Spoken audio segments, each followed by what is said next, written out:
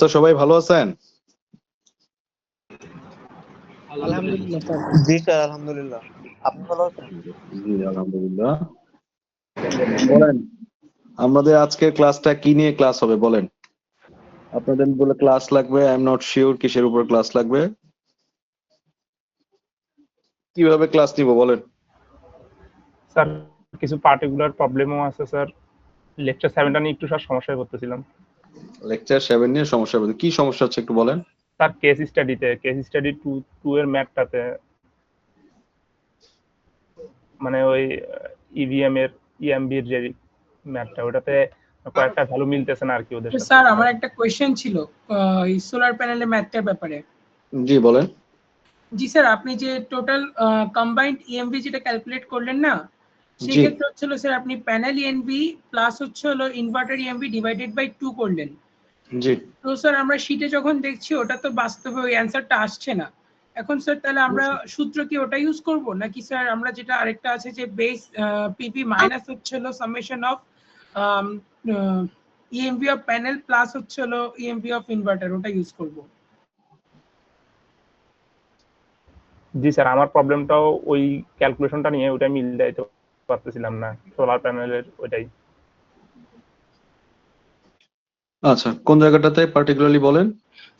Sir চলো ওই আপনার কেস স্টাডি 1 এর যেটা ইএমবি। কেস 1 ওটা হচ্ছিল কম্বাইন্ড ইএমভি টা একটু দেখলে ভালো হয়। এটাই তো না, সোলার প্যানেলেরটাই তো। জি স্যার, জি স্যার, কম্বিনেশন 1 এ স্যার, ওই যে কম্বিনেশন কম্বাইন্ড ইএমভি যেটা আমরা দেখছি। হ্যাঁ বলেন, কোন জায়গায় সমস্যা। জি স্যার, এটার যে সূত্রটা আপনি ইউজ করেছেন ওটা দিয়ে তো এই মানটা আসছে না। কোন সূত্রটা? এই যে স্যার আপনার প্যানেল রিস্ক প্লাস হচ্ছে হলো আপনার inverter risk divided by 2। Okay, sir inverter এটা তো না। রিস্কের মানটাও মিলতেছে না স্যার। ইনভার্টার রিস্কের যে পার্টিকুলার ভ্যালুটা আসছে সেটাও কিভাবে আসছে সেটা বুঝতেছি না। 0.20 এর সাথে হুম, যে গুণ দিল আচ্ছা 102820 এই ভ্যালুটা কেমনে আসছে সেটাই বুঝতেছি না স্যার। 0.25 এর সাথে 114 যেটা আসছে সেটা কোত্থেকে আসলো? না স্যার, না স্যার, ইনভার্টার রিস্কেরটা ইনভার্টারের 0.20 এর ক্ষেত্রে এইটা। সাথে। হুম, জি স্যার, এইটা এই ভ্যালুটা। এই ভ্যালুটা কোত্থেকে আসলো? আচ্ছা আমরা দেখি ইনভার্টারের যে রিস্কটা দেখি। ইনভার্টারের রিস্ক কত আছে?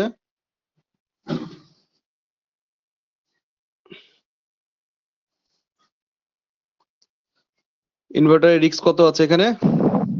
20% প্রবাবিলিটি, তাই না? Yes sir. আচ্ছা, এখানে হচ্ছে আপনার 25,000 টাকা রিপেয়ার, আর হচ্ছে এখানে কি দেওয়া আছে 2 উইকস ডাউন টাইম, তাই তো? Yes sir. আচ্ছা, এটাই তো আমার 1 নাম্বার কম্বিনেশন ছিল, তাই না? ইয়েস স্যার, ওটাই। আচ্ছা, তাহলে এখানে আমার কত আসছে? 1,02,820 টাকা, তাই তো? Yes sir. আচ্ছা, আমাদের নরমাল ফর্মুলাটা কি? ফর্মুলাটা তো হলো ইনভার্টারের এই 1 নাম্বার অপশনের মধ্যে যে রিস্কটা আছে সেই যত ধরনের রিস্ক আছে সেটাই তো আমি যোগ করবো, তাই না? আচ্ছা, ইয়েস স্যার। এখানে আমরা একটু দেখি আমাদের এই জায়গাটাতে একদম শুরুতে দেখি।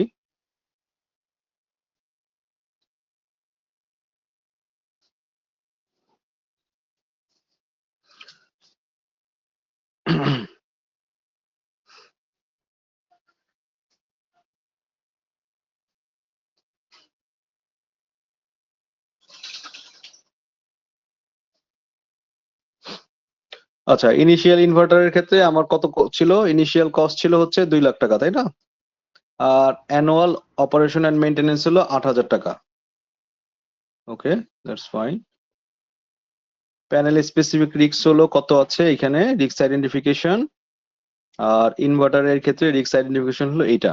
এখানে মেজর রিস্ক আছে 20% প্রবাবিলিটি, 25,000 টাকা হলো রিপেয়ার কস্ট, এবং 2 উইক ডাউন টাইম হলো এত টাকা। আচ্ছা,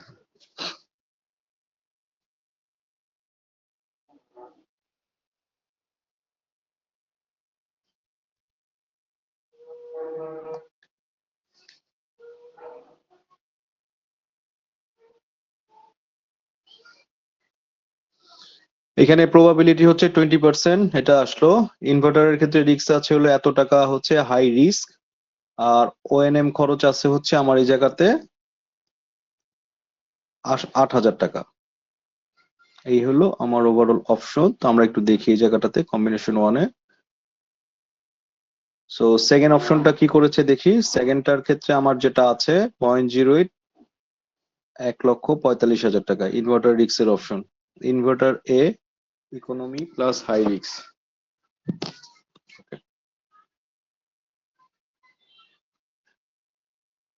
80,000 টাকা রিপ্লেসমেন্ট, 6 উইক ডাউন টাইম। এটা আসতেছে হচ্ছে 80,000 রিপ্লেসমেন্ট, 6 উইক 8,654 টাকা। Okay, that's fine.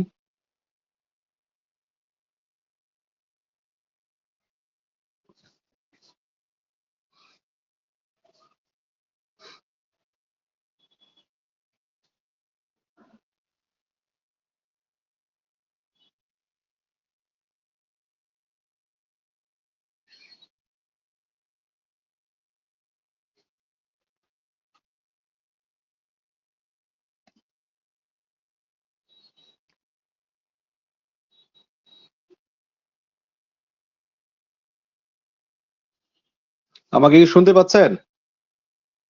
G sir, শোনা যাচ্ছে জি স্যার। স্যার, শোনা যায়। ওকে, আচ্ছা এইখানে বেসিক যেটা ফর্মুলা আছে, যেমন আমার ইনভার্টারের রিক্সের জন্য কতটুকু আমার কস্টিংটা আসতেছে, সেটা হলো আমাদের মেইন কাজটা করতে হবে, তাই না? তো আমাদের ইনভার্টারের যে রিক্সটা বের করবো, রিক্সের ফর্মুলাটা কি ছিল? রিক্সের ফর্মুলাটা হলো যে আমি এই জায়গাটাতে, আমরা যদি এইখানটাতে দেখি, দেখেন সিম্পলি আমরা যদি প্যানেলের রিক্সটা বের করি, দেখেন প্যানেলের রিক্সের ক্ষেত্রে কি আছে। প্যানেলের রিক্সের ক্ষেত্রে ক্যালকুলেশন যখন আমি করব, তারপর আমরা ইনভার্টারে যাই। প্রথমে প্যানেলে দেখি, প্যানেলের ক্ষেত্রে আমার কি আছে, 25% সম্ভাবনা আছে। এখানে দেখেন 25% প্রবাবিলিটি আছে যে এই ঘটনাটা ঘটবে, এবং 15,000 টাকা হচ্ছে রিপেয়ার কস্ট।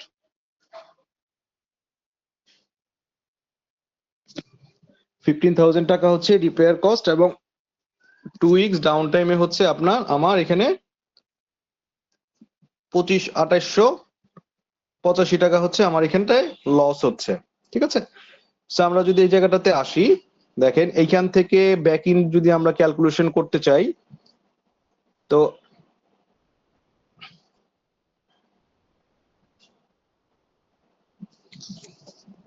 এখানে যেটা হয়েছে আপনাদের ক্ষেত্রে আমি একটু শেয়ার করি, সেটা হলো যে ক্যালকুলেশনটা করেছি ইনভার্টারের ক্ষেত্রে, যে ডাটাগুলো আছে মোস্ট প্রবাবলি দেখেন দুইটা একই ডাটা।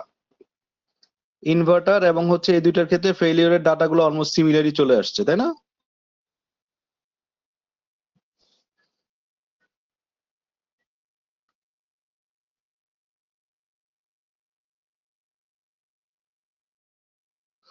আচ্ছা, এটা যেটা আছে দেখেন প্যানেলের ক্ষেত্রে 25% প্রবাবিলিটি আছে, 15,000 টাকা রিপেয়ার এবং 2 উইকস ডাউন টাইম আছে। মেজর ডিগ্রেডেশনে আছে 10% প্রবাবিলিটি, 50,000 টাকা রিপ্লেসমেন্ট এবং 1 মাস ডাউন টাইম, এবং কোনো প্রবলেম নাই হচ্ছে 65% ক্ষেত্রে। তো আমরা একটু প্যানেলেরটা আগে বের করে দেখি।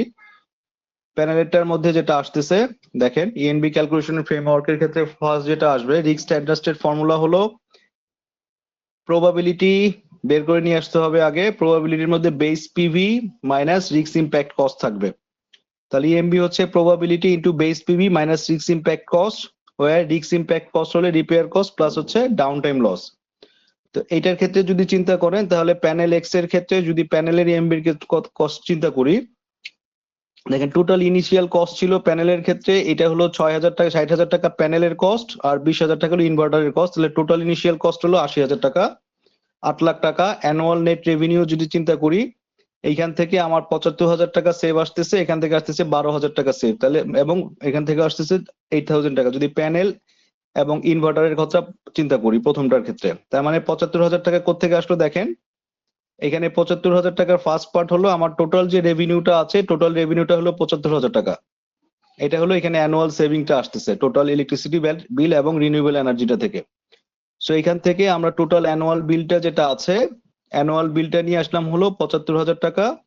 আর এইটা আসতেছে হলো আমার প্যানেলের অপারেশন মেইনটেনেন্স কস্ট, আর এটা হলো আমার ইনভার্টারের অপারেশন এবং মেইনটেনেন্স কস্ট। তার মানে টোটাল কেনার জন্য এত টাকা খরচ হলো, এবং এইখান থেকে এই দুইটার অপারেশন এবং মেইনটেনেন্স কস্ট খরচ বাদ দিলে আমার নেট প্রফিট আসতেছে হলো কত, নেট রেভিনিউ আসতেছে 55,000 টাকা। তাহলে এই 55,000 টাকার মধ্যে থেকে আমরা যদি বেস পিভির ক্ষেত্রে চিন্তা করি, এখানে আসতেছিল 12.783 কোথা থেকে আসলো, আমার অ্যানুইটি ফ্যাক্টর থেকে আসলো। তাহলে 55,000 টাকা যদি 1 বছর হয় তাহলে আমার এটা লাইফ কত ছিল 25 ইয়ার্স। সো 25 ইয়ার যেহেতু আমার লাইফ টাইম, তো এটার জন্য আমার অ্যানুইটি ফ্যাক্টর আসছে 12.783। সো এইখান থেকে অ্যানুইটি ফ্যাক্টর যদি আমরা ধরি তাহলে এইখান থেকে আমার টোটাল বেস পিভি যেটা আসতেছে, বেস পিভিটা আসতেছে হলো আমার আপনার এখান থেকে বেস পিভি আসতেছে 7,03,000 থেকে 80,000 টাকা বাদ দিলে মাইনাস 96,934 টাকা। এটা হলো বেস পিভি। তা আমাদের ফর্মুলাটা কি দেখেন, ফর্মুলাটা হলো রিস্ক ইএমবি যদি আমি বের করতে চাই, ইএমবি হচ্ছে summation of probability into base PV minus risk impact cost. তাহলে আমার এখানে বেস পিভিটা কত ছিল, আমার এখানে বেস পিভি হচ্ছে 96,000 টাকা, 96,935 টাকা হলো বেস পিভি। তাহলে এই বেস পিভি থেকে আমরা এখান থেকে কি বাদ দিব, রিস্ক ইমপ্যাক্ট কস্টটা বাদ দিব। তো রিস্ক ইমপ্যাক্ট কত ছিল, যদি এই রিস্কটা ঘটে, যদি আমার এই প্যানেলের রিস্কটা ঘটে, ধরেন এখানে যদি প্যানেলের যে রিস্কটা আছে 25% এটা, তাই না? তাহলে এই 25% প্রবাবিলিটিটা ঘটলে কি হচ্ছে, ইএমবি ভ্যালুটা কত আসবে আমার, এটার ইএমবি ভ্যালুটা দেখেন, ফর্মুলাটা হচ্ছে প্রবাবিলিটি মানে 25% probability into base PV. Base পিভিটা কত ছিল আমার এখানে, বেস পিভিটা হলো এখান থেকে ক্যালকুলেশন করে নিয়ে আসলাম base PV, base present value আসলো মাইনাস রিস্ক ইমপ্যাক্ট কস্ট। যদি এই রিস্কটা ঘটে তাহলে কত টাকার ক্ষতি হবে, তাহলে আমরা যদি প্যানেল রিস্কটা দেখি, প্রথম ক্ষেত্রে যদি রিস্কটা ঘটে কতটুকু রিস্ক ঘটবে দেখেন, ফার্স্ট যে প্রবলেমটা আছে প্যানেলের ক্ষেত্রে রিস্ক ঘটবে হলো 15,000 টাকা রিপেয়ারের খরচ হবে এবং 2,885 টাকা লস হবে। তাহলে টোটাল কত হবে, 17,885 টাকা হলো আমার এই জায়গাটাতে লস হবে, তাই না? 15,000 এবং এখানে 2,885 টাকা, তাহলে টোটাল হলো 17,885 টাকা আমার নেট এখান থেকে ক্ষতি হচ্ছে রিপেয়ার এবং ডাউন পেমেন্টের জন্য। তাহলে আমরা যদি এখান থেকে হিসাব করি, এই 96,000 টাকা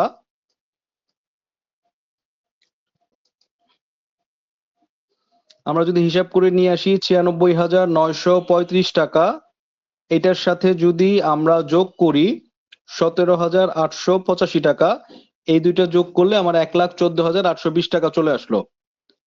তো সেম একই ভাবে আমরা যদি চিন্তা করি যে এখানে 96,935 টাকা বেস পিভি আছে, তাহলে এই বেস পিভি থেকে যদি এই 10% রিস্ক ঘটে প্যানেলের ক্ষেত্রে, এই রিস্কটা যদি ঘটে কত টাকা আমার ক্ষতি হবে, তাহলে এই 96,000 টাকার সাথে কি হবে, যোগ হবে যে 10% যে অপশনটা আছে, এই 10% অপশন যদি ঘটে, দেখেন এই 10% যদি ঘটে তাহলে আমার 50,000 টাকা হলো রিপ্লেস করা লাগবে এবং 5,769 টাকা লস হবে। তাহলে টোটাল 55,769 টাকা। তাহলে এখানে যেটা আসতেছে হলো 55,769 টাকা, এখানে 50,000 আর এখানে 5,769 টাকা, এই টাকাটা হলো টোটাল লস হবে। তাহলে এইখান থেকে আমাদের টোটাল বেস পিভি কত ছিল, এখানে দেখেন আমার বেস পিভি ছিল 96,935 টাকা।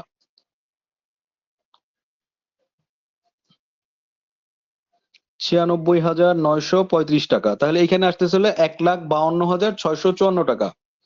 সেম একই ভাবে এইখানে যদি 65% ঘটে তাহলে 65% প্রবাবিলিটি আছে যে কোনো রকম রিস্ক ঘটবে না। যদি কোনো রকম রিস্ক না ঘটে তাহলে কিন্তু শুধু বেস পিভিটাই থাকবে, কারণ ফর্মুলাতে কোনো লস নাই, কারণ এই টাইমে যদি কোনো রিস্ক না থাকে তাহলে ওই টাইমে কোনো লস হচ্ছে না। সো এখানে যে ভ্যালুটা আছে সেই ভ্যালুটা এখানে চলে আসলো সুন্দর করে।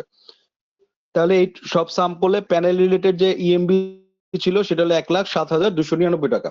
এখন আমরা ইনভার্টারেরটা দেখি, ইনভার্টারের ক্ষেত্রে রিস্ক যদি এরকম হয়, ফার্স্ট ইনভার্টারের ক্ষেত্রে যদি আমরা 20% প্রবাবিলিটি দেখি, যে 20% প্রবাবিলিটি আছে যে এই রিস্কটা ঘটার, তাহলে আমরা যদি হিসাব করি এখানে যে টোটাল 25,000 এর সাথে আমার এই জায়গায় লস আছে হলো 2,885 টাকা, তাহলে টোটাল হলো 27,885 টাকা হওয়ার কথা, তাই না? 27,885 টাকা প্লাস হলো এখানে কত পার্সেন্ট, 20% প্রবাবিলিটি আছে এই ঘটনাটা ঘটার। সো ইন দ্যাট কেস আমরা এখানে যদি হিসাব করি ইনভার্টারের রিস্কের জন্য 96,935 টাকা, এখানের সাথে যদি আমি যোগ করি 96,935 টাকা, তাহলে আমার এই ভ্যালুটা হওয়ার কথা হলো 1,24,820 টাকা, কিন্তু আমরা এখানে ভ্যালুটা পাচ্ছি কত, 1,02,820 টাকা, তাই না? এটাই তো আপনাদের জি স্যার। কনফিউশন। জি স্যার, জি স্যার। আচ্ছা, সো আমরা যদি ফর্মুলাটাতে স্ট্রিক্ট থাকি, যে আমাদের যে স্ট্রিক্ট ফর্মুলা যেটা আছে, তাহলে সেই ক্ষেত্রে আমাদের এই জায়গাটাতে যেইটা আছে এখানে ক্যালকুলেশনটা সামান্য ভুল হয়েছে, ঠিক আছে? সো এই ক্যালকুলেশনটা যেহেতু ভুল হয়েছে, সো এটা আপনাকে একটু আপডেট করে নিতে হবে। সো পরের যে ভ্যালুটা আছে, পরের ভ্যালুটা যদি আমরা দেখি, পরের ভ্যালুটাতে আমার এক্ষেত্রে কত টাকা লস হচ্ছে দেখেন। সেকেন্ড পার্টটা যদি আমরা দেখি, এখানে আছে হলো স্যার আপনি 20। কোথায় স্যার আপনি কোথায় আপডেট করে নিতে বললেন, যদি আরেকবার ইয়াটা বলতেন, কোনটা? মানে ভ্যালুটা না কোথায়। আপনি একটা জিনিস বললেন না যে এটা আপনাকে আপডেট করে নিতে হবে, এটা কোথায় করতে বললেন, যদি একটু দেখাই দিতেন স্যার ওটা ভালো হতো। আচ্ছা, এইখানে দেখেন, এখানে কত আছে ভ্যালুটা, 25,000 এবং 2,000। এখানে কত টাকা লস হচ্ছে যদি এই ফলটা ঘটে? ফলটা ঘটার সম্ভাবনা কত পার্সেন্ট? 20%, তাই তো? জি স্যার। আচ্ছা, এখন যদি 20% প্রবাবিলিটি ঘটে তাহলে কত টাকা লস হবে? 25,000 টাকা রিপেয়ার করার জন্য, এবং 2885 টাকা হচ্ছে লস হচ্ছে আপনার এইটা অপারেশনে না থাকার জন্য। তাহলে টোটাল 25,000 এবং 2,000 মানে 27,885 টাকা হচ্ছে আপনার লস হচ্ছে যদি এই ঘটনা ঘটে। ঠিক আছে? আর এইখানে দেখেন বেস পিভি যেটা আছে, বেস পিভিতে বলা আছে 96,935 টাকা অলরেডি লস আছে। তাহলে এই 96,935 এবং আগের 27,035, এই দুটো যদি আমরা যোগ করি, যোগ করলে এখানে আসার কথা কত হয়? অলমোস্ট 1,25,000 টাকার মতো এখানে আসার কথা, কিন্তু আমরা এখানে লেখা দেখাচ্ছি হলো 1,02,000 টাকা। সো এই জায়গাটাতে আপনার ফর্মুলা অনুযায়ী যেটা আসবে ঠিক সেটা এখানে লিখবেন। ঠিক আছে? স্যার বাট ওই কম্বাইন্ড ইএমভি যেটা আছে না স্যার, এই দুটো বের করার পরে আপনি ডিভাইডেড বাই 2 লিখছেন, বাট অ্যাকচুয়ালি তো স্যার এটা মেবি আপনি 2 দিয়ে ডিভাইড করেন নাই। আমরা কি না, তাহলে এখানে হয়তো স্লাইট মিস্টেক হয়েছে, এটা বাদ দিয়ে দিবেন, কারণ এই কম্বাইন্ড ইএমবির ক্ষেত্রে এই দুইটা সবসময় যোগ হবে। ঠিক আছে? আর ডিভাইডেড বাই 2 থাকবে না, না স্যার? ডিভাইড বাই 2 হওয়ার তো কোনো কারণ নাই। Okay sir. জি স্যার, এগুলোই সমস্যা আছে। জি। তো এইটা যদি হয় তাহলে সেম একইভাবে দেখেন, একইভাবেই কিন্তু আমরা বাকি কম্বিনেশন গুলো একইভাবে করে নিতে পারবো। সেটুকু তো কনফিউশন ছিল আপনাদের? জি স্যার, এখানে মিলতেছিল না স্যার, আর ডিভাইডেড বাই 2টাই এগুলো একটু ঝামেলা ছিল। না, ডিভাইডেড বাই 2 হওয়ার কারণ নাই, এটা মানে মিস্টেক হয়েছে, প্রিন্টিং মিস্টেক হয়েছে। ঠিক আছে? জি স্যার। স্যার এখানে তো ধরেন আপনার কেস স্টাডিটা পুরো একটা ম্যাথ করেছে, কিন্তু আমাদের কি কোশ্চেন কি এত বড় এরকম করে থাকবে? মানে আপনাদের পরীক্ষার সময় মানে এত আসবে না, আমরা হয়তো 2টা অথবা 3টা কম্বিনেশন দিতে পারি ম্যাক্সিমাম। তখন ঠিক আছে? এখানে স্যার যেভাবে ইনফরমেশন গুলো দেয়া আছে এরকম তো ইনফরমেশন গুলো আমাদেরকে দেয়া থাকবে না স্যার, মানে উপরে যে হ্যাঁ, আপনাদের তো ধরেন যদি পরীক্ষায় এটা আসে, পরীক্ষায় আসলে আপনার ধরেন অপশন গুলো দেয়া থাকবে, এই পর্যন্ত অপশন দেয়া থাকবে আপনার, এবং পাশাপাশি যদি রিস্ক যেটা আছে এই রিস্কটা হয়তো দেয়া থাকবে ছোট আকারে, এত হয়তো থাকবে না, হয়তো একটা অথবা 2টা করে থাকবে হয়তো ম্যাক্সিমাম। ঠিক আছে? জি স্যার, তখন আমাদেরকে ইএমবি এসব বের করে ডিসিশন নেওয়া লাগবে স্যার। জি। তো এইটা বাদে আর কারো কোনো কোশ্চেন আছে এখানে?